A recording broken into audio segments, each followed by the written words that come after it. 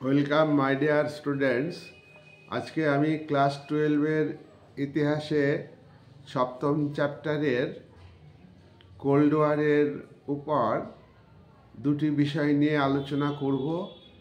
Cold war দুটি সংকটকে কেন্দ্র করে দেখা দিয়েছে, সেই দুটি বিষয় নিয়ে আজকে আলোচনা করব। কোল্ড ওয়ারের কে কেন্দ্র করে অন্যান্য বিষয় আমি আগের ভিডিওতে আলোচনা করেছি। আমরা আজকে আলোচনা করব কোরিয়া সংকট। কোরিয়া এখন দুটি দেশ, একটা উত্তর কোরিয়া আর একটি দক্ষিণ কোরিয়া। এটা তোমরা জানো। উত্তর কোরিয়াতে সমাজতান্ত্রিক সমাজ ব্যবস্থা গড়ে ওঠে 1950 সাল থেকে, এবং তোমরা জানো দক্ষিণ কোরিয়াতে পুঁজিবাদী সরকার বা গণতান্ত্রিক সরকার প্রতিষ্ঠিত হয়েছে 1950 সাল থেকে। কোরিয়া একটি দেশ ছিল 1910 থেকে 1939 সাল পর্যন্ত, অর্থাৎ 1910 সাল থেকে দ্বিতীয় মহাযুদ্ধ শুরু হওয়া পর্যন্ত কোরিয়ার উপর জাপানের কর্তৃত্ব ছিল।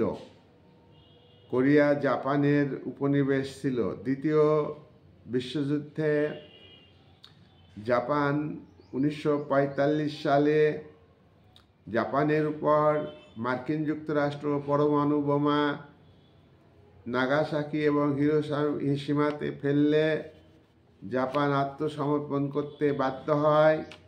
অক্ষ শক্তির দেশ ইটালি, জার্মানি আত্মসমর্পণ করতে বাধ্য হয়। তাই এই সময় জাপান 1945 সাল পর্যন্ত তোমার আধিপত্য প্রতিষ্ঠিত করতে পেরেছিল কোরিয়ার উপর, কিন্তু 1945 থেকে জাপান দ্বিতীয় মহাযুদ্ধে মিত্র শক্তির কাছে পরাজিত হলে কোরিয়ার উপর জাপানের আধিপত্য ক্ষুণ্ণ হয়। কোরিয়ার উপর জাপানের আধিপত্যের অবসান ঘটে। তারপর 38 ডিগ্রি উত্তর অক্ষাংশ এবং 38 ডিগ্রি দক্ষিণ অক্ষাংশে কোরিয়া ভাগ হয়ে যায়। উত্তর কোরিয়াতে সোভিয়েত ইউনিয়নের আধিপত্য প্রতিষ্ঠিত হয়, সোভিয়েত ইউনিয়নের কর্তৃত্ব প্রতিষ্ঠিত হয়। অন্যদিকে দক্ষিণ কোরিয়াতে মার্কিন যুক্তরাষ্ট্রের আধিপত্য প্রতিষ্ঠিত হয়। এবার উত্তর কোরিয়াতে সোভিয়েত রাশিয়া তার অনুগত সরকার প্রতিষ্ঠিত করে। অন্যদিকে দক্ষিণ কোরিয়াতে মার্কিন যুক্তরাষ্ট্র তার অনুগত সরকার, পাপেট সরকার প্রতিষ্ঠিত করে। কিন্তু দ্বিতীয় মহাযুদ্ধের পর সোভিয়েত রাশিয়া সমাজতান্ত্রিক শিবিরের নেতা সোভিয়েত রাশিয়া, অন্যদিকে পুঁজিবাদী শিবিরের নেতা মার্কিন যুক্তরাষ্ট্র, তারা উত্তর এবং দক্ষিণ কোরিয়াকে যৌথভাবে গড়ে তোলার জন্য, সংযুক্ত করার জন্যে একটা জয়েন্ট কমিশন তৈরি করে, এবং এই জয়েন্ট কমিশন কোরিয়াতে অস্থায়ী সরকার গঠন করে। কিন্তু তারা কোরিয়াকে ঐক্যবদ্ধ করতে ব্যর্থ হয়। 1945 সালে গঠিত ইউনো, ইউনাইটেড নেশনস অর্গানাইজেশন বা সম্মিলিত জাতিপুঞ্জ বা রাষ্ট্রপুঞ্জ বা রাষ্ট্রসংঘ অস্থায়ী কমিশন গঠন করে। ভারতবর্ষকে এই অস্থায়ী কমিশনের দায়িত্ব অর্পণ করে ইউনো। ভারতবর্ষের কূটনীতিবিদ KPS মেনন এই অস্থায়ী কমিশনের সভাপতি বা চেয়ারম্যান হন। তিনি জাতীয় সরকার প্রতিষ্ঠার উদ্যোগ নেন। ভারত উদ্যোগ নেয় কোরিয়াতে জাতীয় সরকার প্রতিষ্ঠিত করবে বলে, কিন্তু এই উদ্যোগ ব্যর্থ হয়। তাহলে আমরা দেখছি কোরিয়ায় দুই সরকার প্রতিষ্ঠিত হয়েছে। উত্তর কোরিয়া হলো শিল্প প্রধান অঞ্চল, উত্তর কোরিয়াতে শিল্পের বিকাশ ঘটে। অন্যদিকে দক্ষিণ কোরিয়াতে কৃষি উৎপাদন বৃদ্ধি পায়। উত্তর কোরিয়া এবং দক্ষিণ কোরিয়ার মধ্যে মার্কিন যুক্তরাষ্ট্র এবং সোভিয়েত ইউনিয়ন ঐক্যবদ্ধ চাইলেও কিন্তু উত্তর কোরিয়ার উপর সোভিয়েত রাশিয়া কর্তৃত্ব প্রতিষ্ঠা করতে উদ্যোগী হয়। অন্যদিকে মার্কিন যুক্তরাষ্ট্র দক্ষিণ কোরিয়াতে আধিপত্য বিস্তার করতে কর্তৃত্ব প্রতিষ্ঠা করতে উদ্যোগী হয়।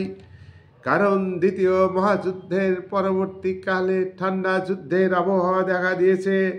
তাই কোরিয়াকে কেন্দ্র করে দুই দেশ নিজ নিজ আধিপত্য কায়েমের উদ্যোগ নিয়েছে। ইউনো কমিশন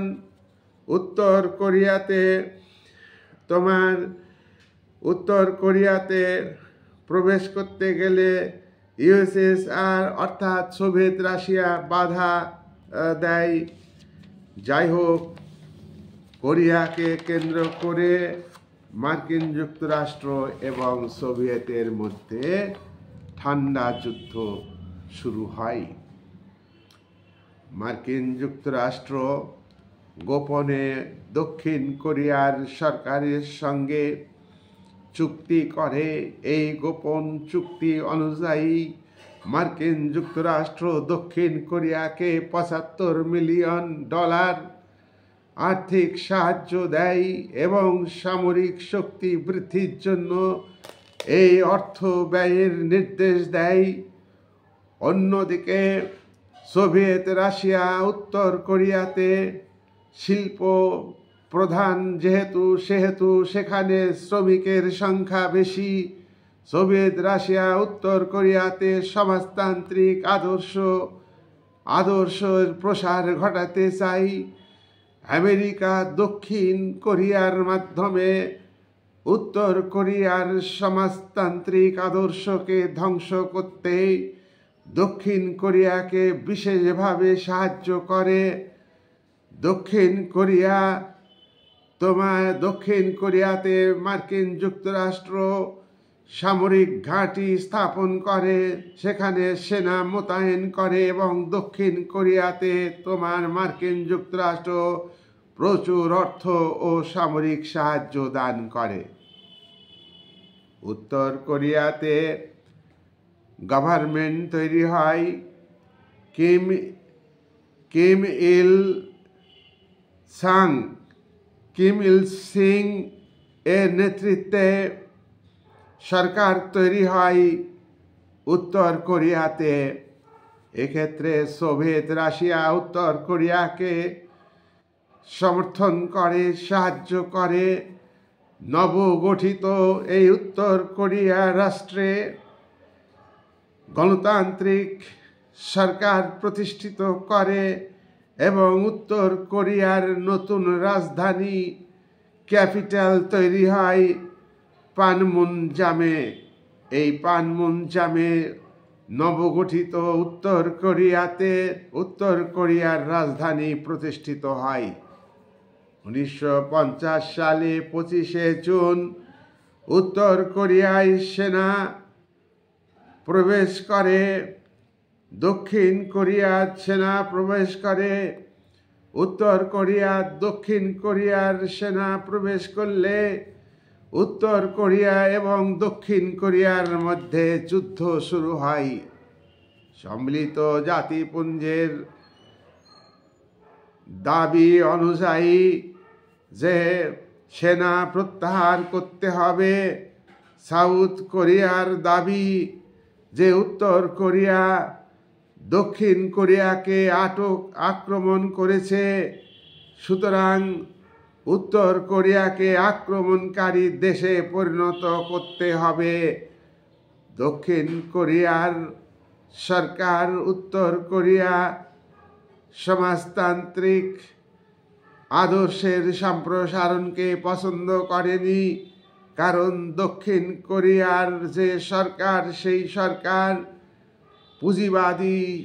পুঁজিবাদী শিবিরের নেতৃত্ব দানকারী মার্কিন যুক্তরাষ্ট্র সাপোর্ট করেছে।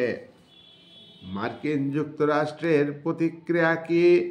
মার্কিন যুক্তরাষ্ট্রের প্রতিক্রিয়া, মার্কিন রাষ্ট্রপতি ট্রুম্যান তিনি ঘোষণা করেন যে সাউথ কোরিয়াকে সব রকমের সাহায্য মার্কিন যুক্তরাষ্ট্র করবে। মার্কিন রাষ্ট্রপতি ট্রুম্যান সেনাপতি ম্যাকআর্থারকে নির্দেশ দেন যে নৌবাহিনী এবং বিমান বাহিনী, মার্কিন নৌবাহিনী এবং বিমান বাহিনীকে রেডি রাখতে হবে, প্রস্তুত রাখতে হবে। উত্তর কোরিয়া যেখানে সমাজতান্ত্রিক আদর্শকে গ্রহণ করছে, সেখানে মার্কিন যুক্তরাষ্ট্র চুপ করে বসে থাকতে পারে না। সম্মিলিত জাতিপুঞ্জের মূল শক্তিশালী বিভাগ সিকিউরিটি কাউন্সিল, নিরাপত্তা পরিষদ উত্তর কোরিয়াকে ঘোষণা করে যে উত্তর কোরিয়া দক্ষিণ কোরিয়াকে আক্রমণ করেছে, তাই উত্তর কোরিয়া একটা আক্রমণকারী রাষ্ট্র। এইভাবে আক্রমণ উত্তর কোরিয়া দক্ষিণ কোরিয়াকে করতে পারে না। সিকিউরিটি কাউন্সিল এক্ষেত্রে উত্তর কোরিয়াকে সতর্ক করে দেয়। উত্তর কোরিয়ার বাহিনী শ্রমিক শ্রেণীর স্বার্থে গঠিত বাহিনী। দক্ষিণ কোরিয়ার 95% ভূখণ্ডকে দখল করে নেয়। মার্কিন যুক্তরাষ্ট্র তখন উদ্গ্রীব হয়ে ওঠে। মার্কিন যুক্তরাষ্ট্র সম্মিলিত জাতিপুঞ্জকে ব্যবহার করে, মার্কিন যুক্তরাষ্ট্র সম্মিলিত জাতিপুঞ্জের নিজস্ব সেনাবাহিনী না থাকলেও মার্কিন যুক্তরাষ্ট্র একটা যৌথ বাহিনী গঠন করে, নতুন যৌথ বাহিনী গঠন করে। এই নতুন যৌথ বাহিনীতে জাতিপুঞ্জের বাহিনী হিসাবে মার্কিন যুক্তরাষ্ট্র ব্যবহার করে, কিন্তু এই জাতিপুঞ্জের বাহিনীতে 10% সেনা ছিল অন্যান্য দেশের, আর 90% সেনা ছিল মার্কিন যুক্তরাষ্ট্রের। এই যৌথ বাহিনীতে 50,000 সেনা সাউথ কোরিয়াকে দখলমুক্ত করবার চেষ্টা করে। ম্যাকআর্থার, মার্কিন সেনাপতি ম্যাকআর্থারের নেতৃত্বে 9 অক্টোবর 1950 সালে উত্তর কোরিয়া দখল করে নেয় এবং দখলমুক্ত দক্ষিণ কোরিয়াকে দখলমুক্ত করে এবং তার পাশাপাশি উত্তর কোরিয়ার ভূখণ্ডকে দখল করে নেয়। যখন উত্তর কোরিয়া কমিউনিস্ট পার্টি, উত্তর কোরিয়ার সরকার যুদ্ধ করতে করতে পিছু হটতে বাধ্য হয়েছে, মার্কিন যুক্তরাষ্ট্রের নেতৃত্বে গঠিত সম্মিলিত জাতিপুঞ্জের বাহিনী যখন উত্তর কোরিয়ার ভূখণ্ডে দক্ষিণ কোরিয়ার সেনা যৌথ বাহিনীর অগ্রগতি ঘটে, এমন অবস্থায় পৌঁছায় যে চায়না বর্ডারে ইয়ালু নদীর তীরে অবস্থান করছে উত্তর কোরিয়ার কমিউনিস্ট পার্টির সমর্থকরা এবং উত্তর কোরিয়ার সেনাবাহিনী। এটা উপলব্ধি করা গিয়েছিল যে সেই মুহূর্তে মার্কিন যুক্তরাষ্ট্রের নেতৃত্বে জাতিপুঞ্জের যৌথ বাহিনী উত্তর কোরিয়াকে পুরোপুরি দখল নিয়ে চীনের মধ্যে ঢুকে পড়বে। এখানে বুঝতে হবে যে চীন 1949 সালে নয়া গণতান্ত্রিক বিপ্লবের মাধ্যমে সেখানে জনগণতান্ত্রিক বিপ্লব ঘটিয়ে সমাজতান্ত্রিক ব্যবস্থা কায়েমের দিকে অগ্রসর হচ্ছে। চীনের লাল ফৌজ উত্তর কোরিয়ার মাটিতে দক্ষিণ কোরিয়া এবং জাতিপুঞ্জের যৌথ বাহিনীর বিরুদ্ধে যুদ্ধ শুরু করে লাল ফৌজ। সোভিয়েত রাশিয়া এখানে চীনকে বিশেষভাবে সাহায্য করে। 1951 সালে 4 জানুয়ারি চীনের লাল ফৌজ উত্তর কোরিয়ার মাটিতে মার্কিন যৌথ বাহিনীর সঙ্গে যুদ্ধ করে এবং মার্কিন যৌথ বাহিনী পরাজিত হয়। দক্ষিণ কোরিয়া দখল করে নেয়। দক্ষিণ কোরিয়ার রাজধানী সিওল দখল করে নেয়। ম্যাকার্থার পরাজিত হলে মার্কিন প্রেসিডেন্ট তাকে অপসারণ করে ট্রুম্যান। নতুন সেনাপতি নিযুক্ত করেন ট্রুম্যান। তিনি হলেন ম্যাথু রিজওয়ে। তিনি হলেন মিলিটারি লিডার। তারপর সোভিয়েত রাশিয়া এবং মার্কিন যুক্তরাষ্ট্র, আমরা জানি যে ঠান্ডা যুদ্ধ মানে দুই নেতৃত্বদানকারী দেশ বা দুই দেশের নেতা এক জায়গায় সরাসরি যুদ্ধ ঘোষণা করেনি। তারপর মার্কিন যুক্তরাষ্ট্র এবং সোভিয়েত রাশিয়ার রাষ্ট্রনায়ক দুজনে মিলে দীর্ঘ আলোচনা শুরু করে। 1953 সালে 27 জুলাই উত্তর কোরিয়ার রাজধানী প্যানমুনজাম এ উপস্থিত হয়ে যুদ্ধবিরতি ঘোষণা করে দুই দেশের উদ্যোগে। দুই দেশে উত্তর কোরিয়া এবং দক্ষিণ কোরিয়া মেনে নেয়। 38 ডিগ্রি অক্ষরেখা বরাবর উত্তর কোরিয়া এবং দক্ষিণ কোরিয়া দুটি রাষ্ট্র তৈরি হয়। 60 দিনের মধ্যে কোরিয়া থেকে বিদেশি সেনা অপসারণের নির্দেশ ঘোষণা করে জাতিপুঞ্জ এবং সোভিয়েত রাশিয়া ও মার্কিন যুক্তরাষ্ট্র। ভারতবর্ষের সভাপতিত্বে নিরপেক্ষ কমিশন গঠিত হয় যে কোরিয়া সংকটের সমাধান করা হবে এবং সেই মতো কোরিয়া সংকটকে দূর করা হয়। কোরিয়া যুদ্ধের অবসান ঘটে। কোরিয়া যুদ্ধের গুরুত্ব কি? কোরিয়া যুদ্ধের গুরুত্ব হলো যে কোরিয়া একটা রাষ্ট্র ছিল, সেই কোরিয়া দুটি রাষ্ট্রে বিভাজন হয়ে গেল। 38 ডিগ্রি অক্ষাংশে উত্তর কোরিয়া, 38 ডিগ্রি অক্ষাংশে দক্ষিণ কোরিয়া, এই দুটি রাষ্ট্র গড়ে উঠল। নাম্বার 2, কোরিয়া যুদ্ধের গুরুত্ব হলো যে দুই কোরিয়াকেই চরম মূল্য দিতে হয়েছে, আর্থিক ক্ষতি হয়েছে, সামরিক ক্ষতি হয়েছে এবং প্রচুর সম্পদ ধ্বংস হয়েছে। নাম্বার 3, কোল্ড ওয়ার বৃদ্ধি পেয়েছে। মার্কিন যুক্তরাষ্ট্র এবং সোভিয়েত ইউনিয়ন দুজনের যে উদ্দেশ্য ছিল সেই উদ্দেশ্য সফল হয়েছে। নাম্বার 4, ইউনো জাতিপুঞ্জ, সম্মিলিত জাতিপুঞ্জের মর্যাদা ক্ষুণ্ণ হয়েছে। জাতিপুঞ্জ এক্ষেত্রে কোরিয়া যুদ্ধকে প্রতিরোধ করতে ব্যর্থ হয়েছে। 5 নাম্বার, রাশিয়ার গুরুত্ব। রাশিয়া এবং চীনের মধ্যে বন্ধুত্ব বৃদ্ধি পেয়েছে। 6 নাম্বার, মার্কিন যুক্তরাষ্ট্রকে উপলব্ধি করতে হয়েছে যে কোরিয়া যুদ্ধ থেকে যে সোভিয়েত রাশিয়া যেভাবে তার যে সমাজতান্ত্রিক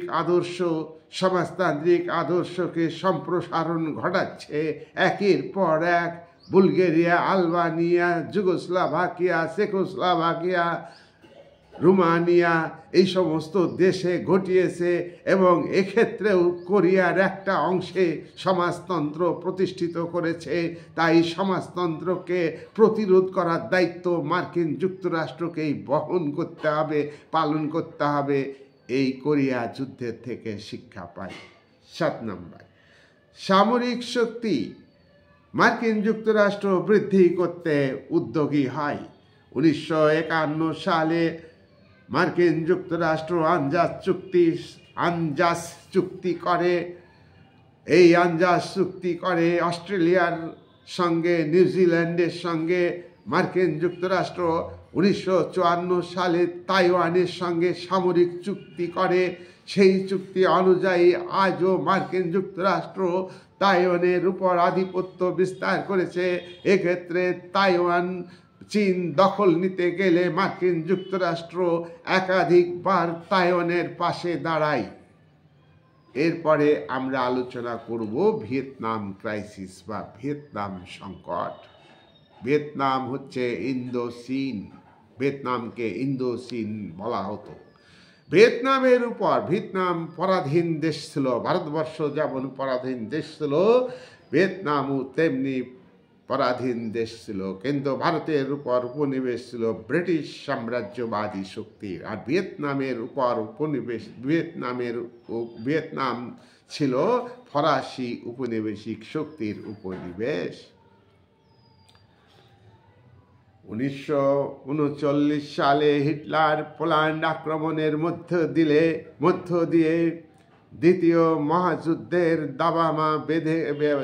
দাবানল শুরু হয়ে যায়, এবং 1940 সালে হিটলার পরিকল্পিতভাবে ফ্রান্সকে আক্রমণ করে ফ্রান্সকে পরাজিত করে। ফ্রান্সের মধ্যে 24 ঘন্টার মধ্যে হিটলার ফ্রান্সে তোমার ধুলোর ঝড় উড়িয়ে দেয়, ফ্রান্সকে পরাজিত করে। তখন ফ্রান্স তার উপনিবেশ ভিয়েতনাম সামলাতে পারেনি। ফ্রান্স উপনিবেশ ভিয়েতনামকে ছেড়ে দিতে বাধ্য হয়। অক্ষ শক্তি জোট জার্মান এবং ইটালি। জাপান তখন ভিয়েতনামের উপর উপনিবেশ স্থাপন করে। জাপান ভিয়েতনামের উপর উপনিবেশ স্থাপন করে 1940 থেকে 1945 পর্যন্ত। কিন্তু 1945 সালে জাপানের উপর মার্কিন যুক্তরাষ্ট্র পরমাণু বোমা আবিষ্কার করে বর্ষণ করলে তখন জাপান মিত্র শক্তি মার্কিন যুক্তরাষ্ট্র তথা মিত্র শক্তির কাছে পরাজয় স্বীকার করতে বাধ্য হয়। তখন জাপানের নতুন যে উপনিবেশ ভিয়েতনাম সেটা ছেড়ে দিতে বাধ্য হয়। মিত্র শক্তি জয়লাভ করেছে, তার মানে ফ্রান্স জয়লাভ করেছে। ফ্রান্স তখন তার ছেড়ে দেওয়া উপনিবেশ, পুরাতন উপনিবেশ ভিয়েতনাম, সেটাকে 1945 সালে দখল করে নেয়। ডক্টর হোচিমিনের নেতৃত্বে ফরাসি দেশের সরকারের সঙ্গে লড়াই শুরু হয়। এই লড়াই 8-9 বছর ধরে চলে। ডক্টর হোচিমিন ভিয়েতনামের লড়াইয়ের নেতা। ডক্টর হোচিমিন একজন বিপ্লবী। ডক্টর হোচিমিন 11 বার ছদ্মবেশে তার নিজের নাম পাল্টে তাকে লড়াই করতে হয়েছে। 1930 সালে ভিয়েতনাম ওয়ার্কার্স পার্টি গঠন করেন ডক্টর হোচিমিন। পরে এই ভিয়েতনাম ওয়ার্কার্স পার্টি তার নাম হয় পরে ভিয়েতনাম কমিউনিস্ট পার্টি। 1941 সালে doctor Ho Chi Minh League for the independence in Vietnam, League for the independence in Vietnam বা সংক্ষেপে ভিয়েতমিন গঠন করেন। ভিয়েতমিন গঠন করে নগুয়েন গিয়াপের সাহায্যে তিনি একাধিক গুপ্ত সংগঠন করেন। গুপ্ত সংগঠনগুলির মাধ্যমে তিনি ফ্রান্সের বিরুদ্ধে গেরিলা যুদ্ধ শুরু করেন। ইন্দো চীন দুটি ভাগে ভাগ হয়ে যায়। লড়াইয়ের মধ্যে যে ইন্দোচীন বা ভিয়েতনাম একটাই ভূখণ্ড ছিল, সেই ইন্দোচীন দুটি ভাগে ভাগ হয়ে গেল। 17 ডিগ্রি অক্ষাংশে উত্তর ভিয়েতনাম এবং 17 ডিগ্রি অক্ষাংশে দক্ষিণ ভিয়েতনাম।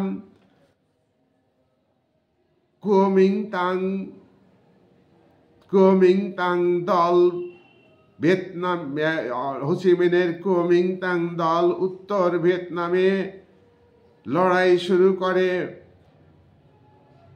দক্ষিণ ভিয়েতনামে ফ্রান্সের আধিপত্য কমে যায় এবং ব্রিটেন আধিপত্য পায়। উত্তর ইন্দোচীনে ফ্রান্সের কর্তৃত্ব স্থাপিত হয়। ব্রিটেন যখন দক্ষিণ ইন্দোচীন থেকে সরে যায়, দক্ষিণ ভিয়েতনাম থেকে সরে যায়, তখন তোমার হোচিমিনকে লড়াই করতে হয়েছে এবং তোমার মার্কিন যুক্তরাষ্ট্র এখানে আধিপত্য বিস্তারে এগিয়ে এসেছে দক্ষিণ ভিয়েতনামে। মার্কিন যুক্তরাষ্ট্র দক্ষিণ ভিয়েতনামে আধিপত্য বিস্তারে এগিয়ে এসেছে। সেই জন্য মার্কিন যুক্তরাষ্ট্র ডক্টর হোচিমিনের সঙ্গে ফ্রান্সের যুদ্ধে ফ্রান্সকে সমর্থন করেছে মার্কিন যুক্তরাষ্ট্র। দেখা গিয়েছে যে হোচিমিন এবং ফ্রান্সের মধ্যে একটা চুক্তি হয়েছে। হোচিমিনের শক্তি বৃদ্ধি যখন পাচ্ছে, ফ্রান্স আতঙ্কিত হয়ে চুক্তি করেছে। ফ্রান্স 1946 সালে হাইফংয়ে তোমার বোমা ফেলে। হাইফংয়ে বোমা ফেলে, সেখানে 6000 সাধারণ মানুষকে ফ্রান্সের সেনারা হত্যা করে। ফ্রান্স 8 বছর ডক্টর হোচিমিনের সঙ্গে যুদ্ধ করে উত্তর ভিয়েতনামকে কেন্দ্র করে, কিন্তু ফ্রান্স শেষ পর্যন্ত পরাজিত হয়েছে। হোচিমিনকে চীন এবং রাশিয়া সাহায্য করেছে, আর ফ্রান্সকে সাহায্য করেছে মার্কিন যুক্তরাষ্ট্র। মার্কিন যুক্তরাষ্ট্র 1950 সালে $150 মিলিয়ন অর্থ সাহায্য করেছে ফ্রান্সকে। 1954 সালে এই 4 বছরে সাহায্যের পরিমাণ বৃদ্ধি পেয়েছে। 1954 সালে $1000 মিলিয়ন মার্কিন যুক্তরাষ্ট্র ফ্রান্সকে সাহায্য করেছে। 1954 সালে ফ্রান্সের সঙ্গে ভিয়েতনামের স্বাধীনতা সংগ্রামের যে যুদ্ধ, ফ্রান্সের সঙ্গে ডক্টর হোচিমিনের যে যুদ্ধ সংগঠিত হয়েছে, তার 80% ফ্রান্সের যুদ্ধে 80% খরচ বহন করেছে মার্কিন যুক্তরাষ্ট্র।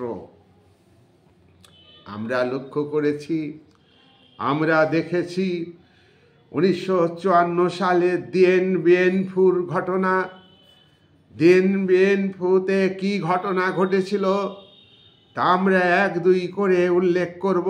1 নম্বরে দিয়েন বিয়েনফুর ঘটনার কথা উল্লেখ করছি। ফ্রান্স পরাজয় স্বীকার করে ভিয়েতনামের সঙ্গে যুদ্ধ করে 1954 সালে হ্যানয় এবং হাইফং, এই দুটি স্থান ফ্রান্স ছেড়ে দিতে বাধ্য হয় উত্তর ভিয়েতনামকে। নাম্বার 2, ফ্রান্স আত্মসমর্পণ করতে বাধ্য হয়। 8 বছর যুদ্ধ করেও ফ্রান্স ভিয়েতনামের সঙ্গে যুদ্ধে জয়লাভ করতে পারেনি। তখন ঠান্ডা যুদ্ধের আবহাওয়া। ফ্রান্সকে মার্কিন যুক্তরাষ্ট্র সামরিক শক্তি সাহায্য করেছে, অর্থ সাহায্য করেছে। অন্যদিকে ডক্টর হোচিমিন কমিউনিস্ট আদর্শে বিশ্বাসী ছিলেন বলে সোভিয়েত রাশিয়ার স্ট্যালিন ভিয়েতনামকে সাহায্য করেছে। চীন সাহায্য করেছে, মাও জেদং সাহায্য করেছে চীনের। 3 নম্বর, ফ্রান্স এর শক্তি ক্ষয় হয়েছে। দিয়েনবিয়েনফুর ঘটনা, দিয়েনবিয়েনফুর যুদ্ধে ফ্রান্সের ক্ষতি হয়েছে কি? ব্যাপক ক্ষতি হয়েছে। 90,000 সেনা মারা গেছে ফ্রান্সের, 1,40,000 সেনা আহত হয়েছে, আর 15,000 সেনা আটক হয়েছে। ফ্রান্সের এত ক্ষতি কমিউনিস্ট লড়াইয়ের কাছে পরাজিত হয়েছে ফ্রান্স। 4 নম্বর 57 দিন আটকে ছিল ফ্রান্সের সেনারা সেনাপতি গিয়াপের কাছে। ফ্রান্সের সেনাবাহিনী 57 দিন আটক থাকার পরে লড়াই করার ফলে তোমার আত্মসমর্পণ করতে বাধ্য হয়েছে।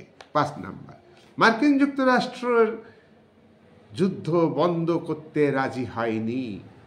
মার্কিন যুক্তরাষ্ট্রের স্বার্থ এতটাই প্রকট ছিল, এতটাই বেশি ছিল যে কোনো প্রকারে ডক্টর হো চি মিনের লড়াইকে, উত্তর ভিয়েতনামের লড়াইকে তোমার স্তব্ধ করে দিতে হবে ফ্রান্সের মাধ্যমে। তাই ফ্রান্সকে বলেছে, তুমি যুদ্ধ বন্ধ করো না, আমি তোমার পাশে আছি। মার্কিন যুক্তরাষ্ট্রের এত আর্থিক ক্ষতি, এত সামরিক শক্তির ক্ষয়, তবু কিন্তু মার্কিন যুক্তরাষ্ট্র সোভিয়েত রাশিয়ার মাধ্যমে যে নেতৃত্বে সমাজতান্ত্রিক শিবির যে সমাজতন্ত্রের সম্প্রসারণ ঘটাচ্ছে, এটাকে যে কোনো মূল্যে এনি হাউ রুখে দিতে হবে। তাই কিন্তু মার্কিন যুক্তরাষ্ট্র ফ্রান্সকে বলছে যুদ্ধ বন্ধ করো না। তারপরেও ফ্রান্স কিন্তু যুদ্ধ বন্ধ করে দিয়েছে। তারপর 1954 সালে ভিয়েতনাম যুদ্ধে উত্তর ভিয়েতনামে ডক্টর হো চি মিন জয়লাভ করে, ফ্রান্স পরাজিত হলো, উত্তর ভিয়েতনামে সমাজতন্ত্র প্রতিষ্ঠিত হলো। এইবার বিশ্বের বিভিন্ন দেশ একটা মীমাংসার উদ্যোগ নিল, জেনেভাতে সম্মেলন বসল 1954 সালে। 1954 সালে জেনেভা সম্মেলনের ফ্রান্স বসতে রাজি হয়। ফ্রান্স এই সমস্যার সমাধানে উদ্যোগী নেয়। ফ্রান্স তার দীর্ঘদিনের উপনিবেশ ইন্দো চীন বা ভিয়েতনামকে ছেড়ে দিতে, কষ্ট হলেও ছেড়ে দিতে সে বাধ্য। ফ্রান্স, মার্কিন যুক্তরাষ্ট্র,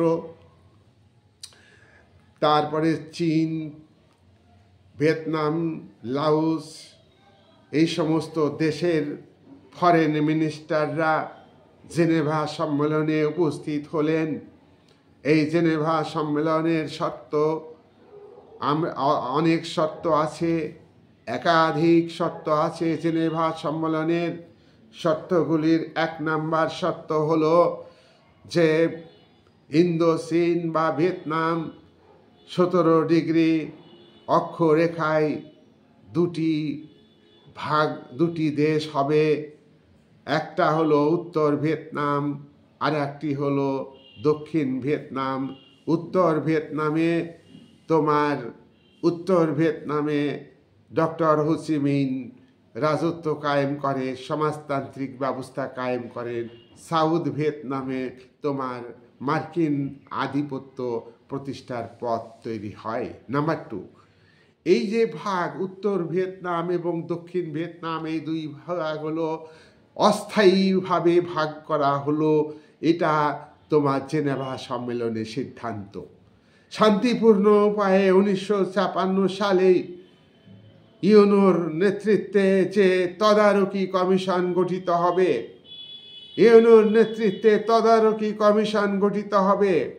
এই তদারকি কমিশন 2 ভিয়েতনামকে, উত্তর ভিয়েতনাম এবং দক্ষিণ ভিয়েতনামকে সংযুক্ত করবে। নাম্বার 3, ভারত নেতৃত্ব দেবে, আন্তর্জাতিক নিয়ন্ত্রণ কমিশন গঠিত হবে।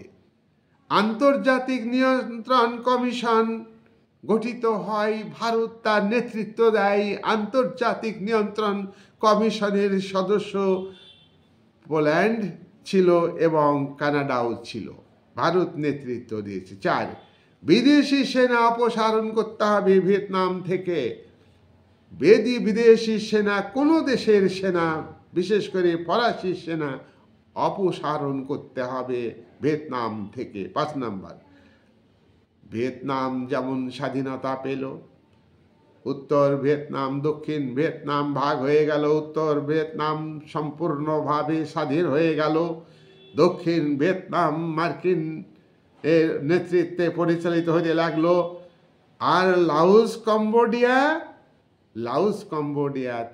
তোমার স্বাধীনতা পেল। লাওস কম্বোডিয়া থেকে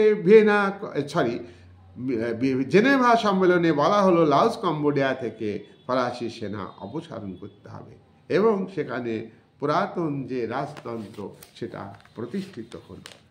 এবার আমরা জেনেভা সম্মেলনের গুরুত্ব নিয়ে আলোচনা করব। জেনেভা সম্মেলনের গুরুত্ব 1 নাম্বার, পরস্পর বিরোধী শক্তিগুলি জেনেভাতে মিলিত হয়েছে। সোভিয়েত রাশিয়ার পররাষ্ট্রমন্ত্রী, মার্কিন যুক্তরাষ্ট্রের পররাষ্ট্রমন্ত্রী এবং অন্যান্য দেশের পররাষ্ট্রমন্ত্রী, অর্থাৎ পরস্পর বিরোধী দুই শিবির, দ্বিমেরুবাদের যে রাজনীতি, সেই জায়গায় দাঁড়িয়ে দু দেশের পররাষ্ট্রমন্ত্রী জেনেভা সম্মেলনে উপস্থিত হয়েছেন এবং যে রক্তক্ষয়ী সংগ্রাম দেখা দিয়েছিল, যে বিপ্লবী সংগ্রাম দেখা দিয়েছিল ফ্রান্সের বিরুদ্ধে ভিয়েতনামের জনগণের যে লড়াই, রক্তক্ষয়ী লড়াই, সেই লড়াই শান্তিপূর্ণ উপায়ে একটা মীমাংসার পথ এই জেনেভা সম্মেলনে এসছে। নাহলে লড়াই কিন্তু বন্ধ হতো না। নাম্বার 2, ভিয়েতনাম স্বাধীনতা পেয়ে গেল, লাওস স্বাধীনতা পেল, কম্বোডিয়া স্বাধীনতা পেল, 3টি দেশ স্বাধীন হয়ে গেল ইন্দোচীন। তাহলে এটা হলো কি জেনেভা সম্মেলনের গুরুত্ব। ভিয়েতনাম যুদ্ধের আমরা দেখব যে জেনেভা সম্মেলনে সমাধান হয়ে গেল। জেনেভা সম্মেলন খুব গুরুত্বপূর্ণ, কিন্তু একটা কথা মনে রাখতে হবে, দক্ষিণ ভিয়েতনামে তোমার আমেরিকার কর্তৃত্ব রইল। আমেরিকা দক্ষিণ ভিয়েতনাম থেকে তার কর্তৃত্ব ছাড়তে চায়নি, যার জন্যে ডক্টর হো চি মিনের নেতৃত্বে উত্তর ভিয়েতনাম লড়াই শুরু করে মার্কিন যুক্তরাষ্ট্রের বিরুদ্ধে। 1956 সাল থেকে এই লড়াই শুরু হয়। আমরা দেখব যে দ্বিতীয় পর্যায়ের লড়াইয়ে প্রথম পয়েন্ট হচ্ছে যে দক্ষিণ ভিয়েতনামে মার্কিন যুক্তরাষ্ট্রের যে অনুগত সরকার প্রতিষ্ঠিত হয়েছিল, সেই সরকার কিন্তু তোমার স্বৈরাচারী সরকার, অগণতান্ত্রিক সরকার, সাধারণ মানুষের উপরে শোষণ, বঞ্চনা, অত্যাচার চালায়। নাম্বার 2, মার্কিন যুক্তরাষ্ট্র দক্ষিণ ভিয়েতনামকে মিলিটারি দিয়ে সাহায্য করছে। দক্ষিণ ভিয়েতনাম উত্তর ভিয়েতনামের সঙ্গে যুক্ত হতে চাইছে না মার্কিন যুক্তরাষ্ট্রের উস্কানিতে। মার্কিন যুক্তরাষ্ট্র দক্ষিণ ভিয়েতনামকে আর্থিক সাহায্য দিচ্ছে এবং মিলিটারি শক্তি দিয়ে সাহায্য করছে। নাম্বার 3, মিলিটারি সংস্থা তোমার তৈরি করেছে মার্কিন যুক্তরাষ্ট্র। তোমার মিলিটারি শক্তি বৃদ্ধি করবার জন্য মার্কিন যুক্তরাষ্ট্র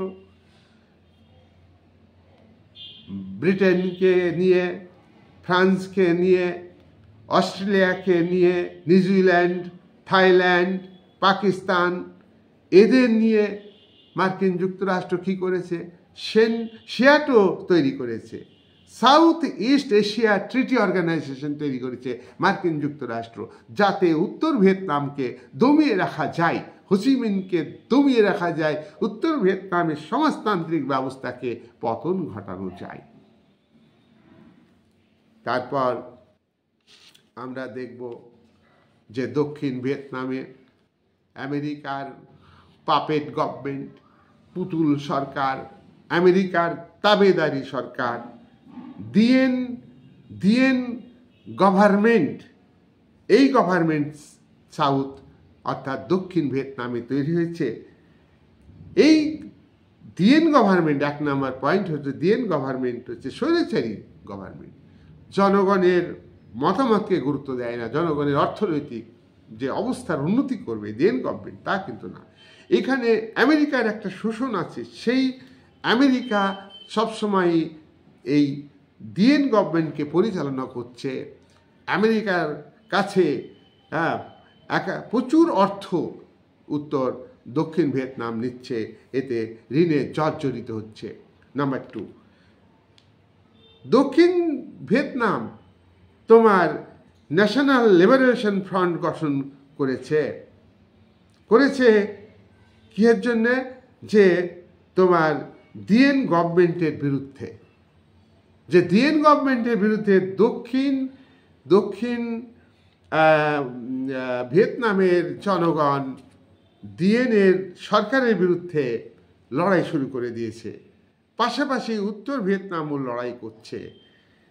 ইউএসএর উদ্যোগে তোমার দক্ষিণ ভিয়েতনামের ডিএন সরকার সাধারণ মানুষের উপর অত্যাচার শুরু করেছে। কিন্তু জনমত, দক্ষিণ ভিয়েতনামের জনমত হচ্ছে ডিএন সরকার অর্থাৎ মার্কিন মদতপুষ্ট ডিএন সরকারের বিরুদ্ধে শেষ পর্যন্ত ডিএন গভর্নমেন্টের পতন ঘটেছে। আমরা দেখব উত্তর ভিয়েতনামের ক্ষেত্রে তুলনায় দক্ষিণ ভিয়েতনামের কে নিজের ক্যাপচারে রাখার জন্য মার্কিন যুক্তরাষ্ট্র যে নগ্ন সাম্রাজ্যবাদী যে উগ্র ভূমিকা দেখিয়েছেন তা আমরা বিশেষভাবে উল্লেখ করব। 1 নম্বর, মার্কিন যুক্তরাষ্ট্র মিলিটারি ফোর্স দক্ষিণ ভিয়েতনামের পক্ষে মোতায়েন করেছে এবং দক্ষিণ ভিয়েতনামের উত্তর ভিয়েতনামকে আক্রমণ করেছে। নাম্বার 2, মার্কিন যুক্তরাষ্ট্র তোমার নির্মমভাবে উত্তর ভিয়েতনামকে আক্রমণ করেছে। ভিয়েতনামের 1.5 কোটি মানুষ, নারী পুরুষ সাধারণ মানুষ, ধনী গরিব নির্বিশেষে প্রত্যেক মানুষ মার্কিন সাম্রাজ্যবাদের বিরুদ্ধে যুদ্ধ করেছে। তাদের মধ্যে জাতীয়তাবাদ কাজ করেছে, তাদের মধ্যে দেশপ্রেম কাজ করেছে। মার্কিন যুক্তরাষ্ট্রের সেনাদের নির্মম অত্যাচারের বিরুদ্ধে। নাম্বার 3, দক্ষিণ ভিয়েতনামে মুক্তিযুদ্ধ শুরু হয়। দক্ষিণ ভিয়েতনামের সাধারণ মানুষ ডিএম সরকারের বিরুদ্ধে লড়াই শুরু করে। 1,50,00,000 মানুষ লড়াই শুরু করেছে। 4, মার্কিন বিরোধী প্রতিবাদ শুধু ভিয়েতনামই নয়, বিশ্বব্যাপী মার্কিন যুক্তরাষ্ট্রের বিরুদ্ধে প্রতিবাদ শুরু হয়েছে। জনসনের বিরুদ্ধে বিশ্ব জনমত গড়ে উঠেছে। এমনকি মার্কিন যুক্তরাষ্ট্রের যুব সমাজ, ছাত্র সমাজ তোমার জনসনের বিরুদ্ধে, মার্কিন রাষ্ট্রপতির জনসনের বিরুদ্ধে ঐক্যবদ্ধ হয়েছে, যুদ্ধ বন্ধ করার জন্য আবেদন করেছে। আন্দোলন শুরু হয়েছে, ছাত্র আন্দোলন, যে পিস প্রতিষ্ঠিত করতে হবে। শেষ পর্যন্ত মার্কিন রাষ্ট্রপতি রিচার্ড নিক্সন 1973 সালে তোমার ভিয়েতনামের সঙ্গে ডক্টর হোচিমিনের সঙ্গে তোমার চুক্তি করতে বাধ্য হয়েছে এবং 1973-এর এই চুক্তি অনুযায়ী মার্কিন যুক্তরাষ্ট্র দক্ষিণ ভিয়েতনাম থেকে সেনা প্রত্যাহার করে নিয়েছে। 6 নম্বর পয়েন্ট, উত্তর ভিয়েতনাম এবং দক্ষিণ ভিয়েতনাম ইউনাইটেড হয়েছে 1975 সালে। উত্তর ভিয়েতনামে সোশ্যালিজম সমাজতান্ত্রিক ব্যবস্থা কায়েম হয়েছিল। এবার আমরা দেখব যে দক্ষিণ ভিয়েতনামেও সমাজতন্ত্র কায়েম হয়ে গেল। তখন 1975 সাল থেকে আর ভিয়েতনাম উত্তর দক্ষিণ ভাগ থাকলো না, একটাই রাষ্ট্র হলো, সেখানে সোশ্যালিজম রিপাবলিক প্রতিষ্ঠিত হলো। আর 1975 সালে এই 2 ঐক্যবদ্ধ রাষ্ট্রের ভিয়েতনামের প্রেসিডেন্ট হলেন ফাম ভান ডক। যাই হোক, আজকের ভিডিও আমি এখানে শেষ করলাম। 2টো বিষয়ের উপর আমি আলোচনা করেছি। তোমাদের বড় প্রশ্নের ক্ষেত্রেও সাহায্য হবে, এমসিকিউ এসিকিউর ক্ষেত্রেও বিরাট সাহায্য হবে। আমরা আলোচনা করে দেখলাম। হ্যাঁ, আজকে একটু ডিটেলসে আলোচনা হলো। এমসিকিউ এসিকিউ এর উপরে আলোচনা করলে ভালো হতো, আর একটু ভালো হতো। এটাও বুঝতে পারবে যে কত সালে প্রশ্ন নিজে করে নেবে ভিডিওটা শুনে। এখানে আজকে আমি আমার ভিডিও শেষ করলাম।